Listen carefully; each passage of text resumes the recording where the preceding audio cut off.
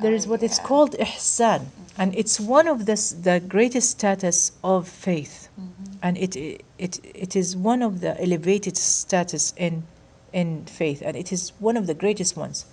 So the Prophet ﷺ was sitting one day, and a man, he was a handsome man, he came and he sat right before the Prophet Muhammad ﷺ, and they said even his knees was touching his knees. And he said, Ya Muhammad, O Muhammad, what is Iman? What is faith?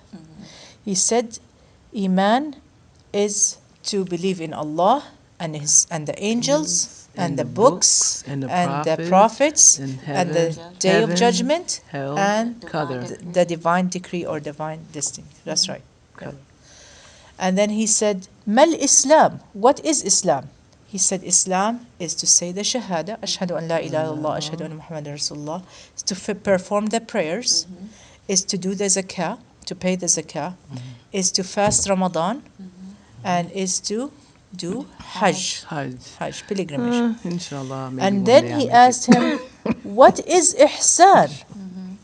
And he said, Ihsan is to worship Allah as though you see Him, and if you cannot see Him, then indeed He sees you. Is to have that awareness that everything that you do, Allah is watching. Even if you go like that. Allah is watching, right.